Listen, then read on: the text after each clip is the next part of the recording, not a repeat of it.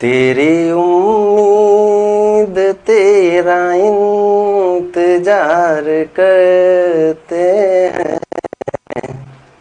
तेरी उम्मीद तेरा इंतजार करते हैं।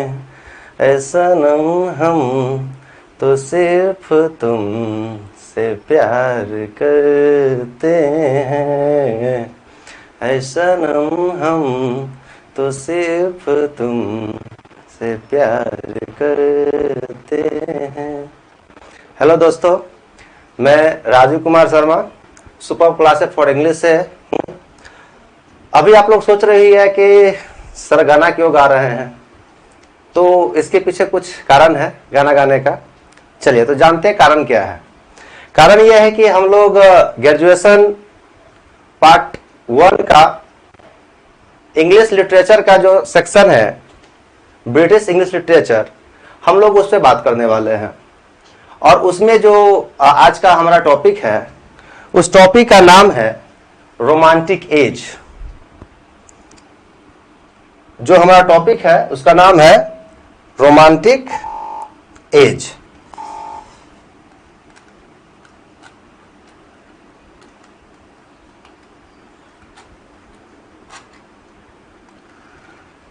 तो आज हम लोग बात करने वाले हैं रोमांटिक एज के बारे में।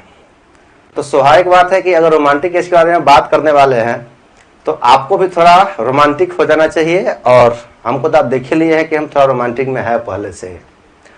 चलिए, ये जो रोमांटिक एज जो है, ये रोमांटिक एज जो है, ये हमारे इंग्लिश लिटरेचर का बहुत बेहतरीन पोर्शन है और इसके बारे में जानना बहुत जरूरी है। जब इंग्लैंड का जो राजा थे जॉर्ज III, तो उसी के काल में क्या हुआ कि अमेरिका आजाद हो गया था। तो जॉर्ज III के समय जब अमेरिका आजाद हो गया था, तो हमारे जो इंग्लैंड के जो राइटर थे, पोएट थे, या वहां के जो देशभक्त लोग सब थे, उन लोगों ने सोचा कि अमेरिका क्यों आजाद हो गया, अमेरिका क्यों आजाद हो गया। 1776 में क्या कहते हैं, अमेरिका आजाद हो गया था। 1776 में अमेरिका आजाद हो गया था। तो आजाद होने का कारण क्या था? आजादी अमेरिका को मिलने का एक ही कारण था। एक तो कारण था कि जो जॉर्ज III जो थे वो पागलपन का शिकार हो चुके थे।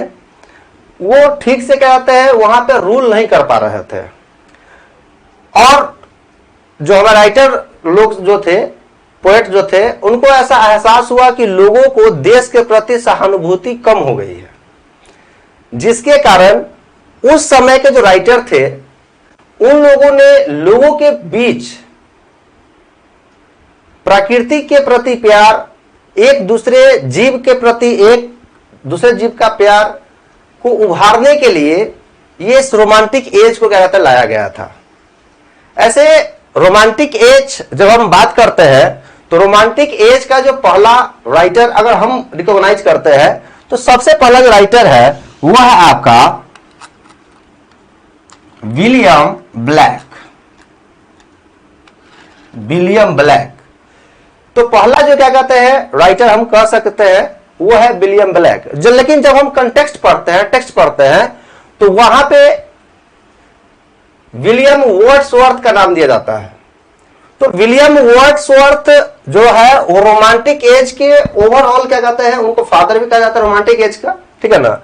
लेकिन जब हम स्टार्टिंग की बात करें तो विलियम ब्लैक के द्वारा क्या कहते हैं इस एज का शुरुआत किया गया था। क्योंकि उस समय क्या हुआ था कि फ्रेंच रेवोल्यूशन हुआ था, और उसके साथ हुआ था कि लोगों के अंदर जो फीलिंग था, इमोशन था, वो खत्म हो गया था और मटेरियलिस्टिक पे ज्यादा ध्यान दे रहे थे। उस समय लोग अब जो बच्चे होते थे उनसे कहते हैं काम करवाते थे, कंपनी में, इंडस्ट्री में काम करवाते थे। तो ऐसे उसके बाद कहते हैं विलियम ब्लैक जो थे, विलियम ब्लैक ने क्या कहते हैं बच्चों के ऊपर लिखे। जैसे में कि आप पढ़े भी होइएगा तो आप जानते होइएगा द चिमनी स्वीपर, वो विलियम ब्लैक का ही है, one of the best work of William black. तो विलियम ब्लैक जो है वो स्टार्टिंग की है, लेकिन जो रोमांटिक एज का जो रेवोल्यूशन है वो यहां से शुरू नहीं हुआ। विलियम ब्लैक के टाइम इन्होंने प्रयास किया, जिसके परिणाम स्वरूप क्या कहते हैं, जो हमारे आगे के राइटर्स जो थे उन लोगों ने क्या कहते हैं, इनको इंप्लीमेंट किया, इनको दुनिया को बताया, इंग्लैंड के वासी को बताया और उस लोगों के अंदर फीलिंग पैदा करने का काम किया अपने देश के प्रति, नेचर के प्रति। और उसके बाद फिर बाद में क्या कहते हैं, फिर इंग्लैंड क्या कहते हैं अपने अस्तित्व में आने लगा। क्योंकि जब अमेरिका जब आजाद हुआ था, तो अमेरिका जब आजाद हुआ था तो क्या कहते हैं, इंग्लैंड को डायरेक्ट चैलेंज कर रहा था, डायरेक्ट चैलेंज कर रहा था किसी भी चीज के लेकर के, चाहे वो टेक्नोलॉजी होता, लिटरेचर होता या किसी भी क्षेत्र में क्या कहते हैं वो चैलेंज कर रहा था। तो रोमांटिक एज जो है, रोमांटिक एज आपका शुरुआत, ये तो मैं आपको थोड़ा फ्लैशबैक बताया हूं पीछे का, ठीक है ना, कि क्या कारण था शुरुआत होने का, क्योंकि लोगों के अंदर से फीलिंग गायब हो गया था, है ना। तो एक राइटर है जिसका मैं नाम बता चुका हूं, जिनका नाम है विलियम वर्ड्सवर्थ, विलियम वर्ड्सवर्थ। तो विलियम वर्ड्सवर्थ जो है ना, ऐसे विलियम वर्ड्सवर्थ को क्या कहते हैं, पूरे रोमांटिक एज का फादर कहा जाता है। He is called father of romantic as. ऐसे इनका जन्म जो है वो 1770 में हुआ था और इनका देहांत 1850 में हुआ था, 1850 में हुआ था। लेकिन ये 1850 तक थे, लेकिन रोमांटिक एज की तो बात किया जाए तो रोमांटिक एज जो है वो आपको 1798 से लेकर के और 1830 तक, यानी कि 1798 to 1830, this is the accurate time from British literature. So ये टाइम है जो क्या कहते हैं रोमांटिक एज का है। लेकिन इसमें क्या कहते हैं, जो हम बात कर रहे हैं विलियम वर्ड्सवर्थ का, विलियम वर्ड्सवर्थ का, तो विलियम वर्ड्सवर्थ 1770 से लेकर के और 1850 तक आते जीवित थे। इनका जो राइटिंग कैरियर है वो बहुत लंबा है, लेकिन जैसे होता है कि कोई राइटर फोर्सफुली अपने वर्क को वन बाय वन पब्लिश करते हैं, उस प्रकार से ये नहीं करते थे। ये टाइम टू टाइम जब इनको क्या कहते हैं ऐसा लगता था कि जब प्रकाशित करना चाहिए, या एक गैप था इनके वर्क में। रोमांटिक एज के लगभग जो भी राइटर सब है वो बहुत कम समय में क्या आते हैं उनका देहांत हो गया था, बहुत कम समय में देहांत हो गया था, है ना। तो रोमांटिक एज को क्या कहते हैं दो भाग में बांटा गया हुआ है। एक तो है आपका फर्स्ट जनरेशन और दूसरा है सेकेंड जनरेशन।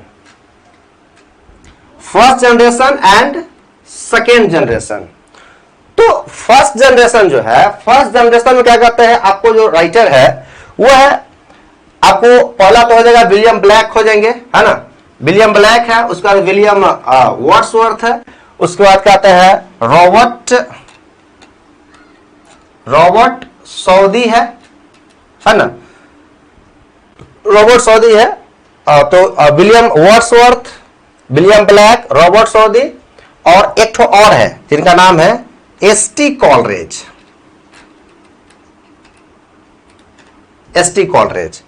तो ये जो है आपको फर्स्ट जनरेशन का मेजर राइटर माना जाते हैं।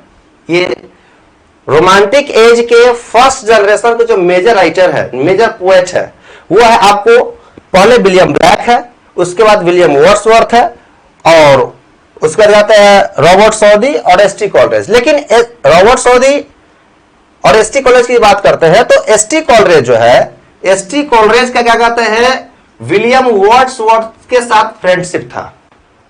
और अगर कहते हैं रोमांटिक एज स्टार्ट करने का जो मुख्य श्रेय दिया जाता है वो दो ही आदमी को दिया जाता है, वो है आपको एसटी कॉलरेज को और विलियम वर्ड्सवर्थ को, क्योंकि इन दोनों ने 1798 में एक बुक प्रकाशित करवाया, कविताओं का संग्रह, है ना, जिसको लिरिकल बैलेट्स, जिसको क्या कहते हैं लिरिकल बैलेट्स कहा जाता है, लिरिकल बैलेट्स कहा जाता है, जो कि क्या कहते हैं विलियम वर्ड्सवर्थ और क्या कहते हैं एसटी कॉलेज, दोनों ने क्या कहते हैं मिलकर 1798 में क्या कहते हैं प्रकाशित करवाया। और उसी समय से क्या कहते हैं रोमांटिक एज को माना जाता है कि विलियम वर्ड्सवर्थ और क्या कहते हैं एसटी कॉलेज जो इसको प्रकाशित करवाए लिरिकल बैलेट्स को, तब से क्या कहते हैं इसको माना जाता है रोमांटिक एज माना जाता है। ठीक है ना। तो आपको फर्स्ट जनरेशन में हो गए क्या कहते हैं William Wordsworth, William black, Robert Saudi और एसटी कॉलरेज। तो ये हो गया फर्स्ट जनरेशन का, रोमांटिक एज के फर्स्ट जनरेशन का ये कवि हो गया। अगर हम बात करते हैं सेकेंड जनरेशन का, तो सेकेंड जनरेशन में क्या कहते हैं लॉर्ड बायरन, लॉर्ड बायरन है ना, उसके बाद पीबी शैली, उसके बाद जॉन कीट्स, जॉन कीट्स और मैरी शैली, मैरी शैली जो है वो कहता है पीबी शैली की कहते हैं वाइफ है। मैरी शैली जो है वो पीबी शैली की वाइफ है। तो सेकेंड जनरेशन में जो है लॉर्ड बायरन हो गए है ना, उसके बाद क्या आते हैं पीबी शैली हो गए, उसके बाद क्या आते हैं जॉन कीट्स हो गए और उसके बाद क्या आते हैं मैरी शैली हो गए। तो जो सेकेंड जनरेशन में क्या कहते हैं जो लोग हैं जो पोएट है लॉर्ड बायरन, पीबी शैली और जॉन कीट्स, इन लोगों का देहांत जो है वो बहुत कम उम्र में हुआ था। जैसे कि अगर हम बात करके आते हैं जॉन कीट्स का, तो जॉन कीट्स का जो देहांत है ये बहुत कम उम्र में हो गया था है ना। इनका जन्म जो है ये हुआ था 1795 में, इनका देहांत हुआ था 1821 ईस्वी में है ना। तो आप कैलकुलेट कर सकते हैं कि कितना जिए, बहुत से बहुत 26 से 27 साल क्या कहते हैं इन्होंने जिए। तो उसी में क्या कहते हैं लॉर्ड बायरन है, पीबी शैली है और क्या कहते हैं जॉन कीट्स है। ये लोग क्या कहते हैं बहुत जल्द ही क्या कहते हैं चले गए। और ये लोग क्या कहते हैं बहुत जल्द जब चले गए तो विलियम वर्ड्सवर्थ का एक कोटेशन है जो इंग्लिश में है ना, आप बुक में देख सकते हैं। इनका कहना है कि कैसे हमारे जो नए पीढ़ी के लोग थे हमसे पहले कैसे चले गए, तो वो अपना दुख व्यक्त किए हुए हैं विलियम वर्ड्सवर्थ। अब इसमें जो है जैसे कि ये फर्स्ट जनरेशन में आ गए विलियम ब्लैक, विलियम वर्ड्सवर्थ और क्या कहते हैं रॉबर्ट सऊदी, एसटी कॉलरेज। और सेकेंड जनरेशन में आपका है Lord Byron, PB Shelley, John Keats और मैरी शैली। तो आपको इस पूरे पीरियड को कवर करने के लिए आपको इस सब राइटर के बारे में अच्छा से जानना पड़ेगा है ना।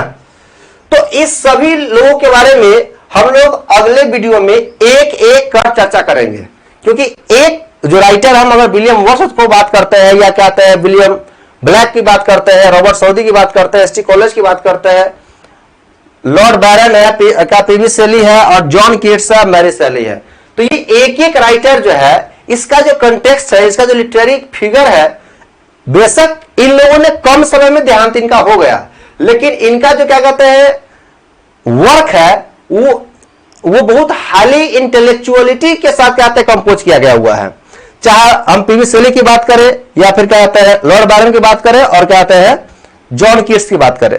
तो जैसे पीबी शैली का टैलेंट बहुत हाई लेवल का है, लॉर्ड बायरन का तो खैर इस सेकेंड जनरेशन में कहते हैं सबसे टॉप लेवल पर है, लेकिन जॉन कीट्स की बात करें तो जॉन कीट्स भी क्या कहते हैं कुछ कम नहीं थे। जब इनका आप वर्क पढ़िएगा तो आपको एक बार में अच्छा से समझने के लिए आपको बहुत मशक्कत करना पड़ेगा, ठीक है ना। तो हम लोग हर राइटर के बारे में एक एक करके क्या कहते हैं चर्चा करेंगे नेक्स्ट वीडियो में। थैंक यू सो मच, और जाने से पहले चैनल को सब्सक्राइब कर दीजिएगा है ना। और इंग्लिश लिटरेचर के बारे में आपको कोई भी क्वेरी हो, कोई भी क्वेश्चन हो, ठीक है ना, तो मेरे व्हाट्सएप नंबर और क्या कहते हैं मेरा यूट्यूब चैनल है और मेरा ऑफलाइन भी क्लास चलता है, आप वहां से कहते हैं कांटेक्ट कर सकते हैं। लिटरेचर में कहीं से 9 to MA मतलब 9वां से लेकर के और MA तक कहीं से कोई प्रॉब्लम हो आप क्या कहते हैं बेहिचक पूछ सकते हैं। Thank you so much.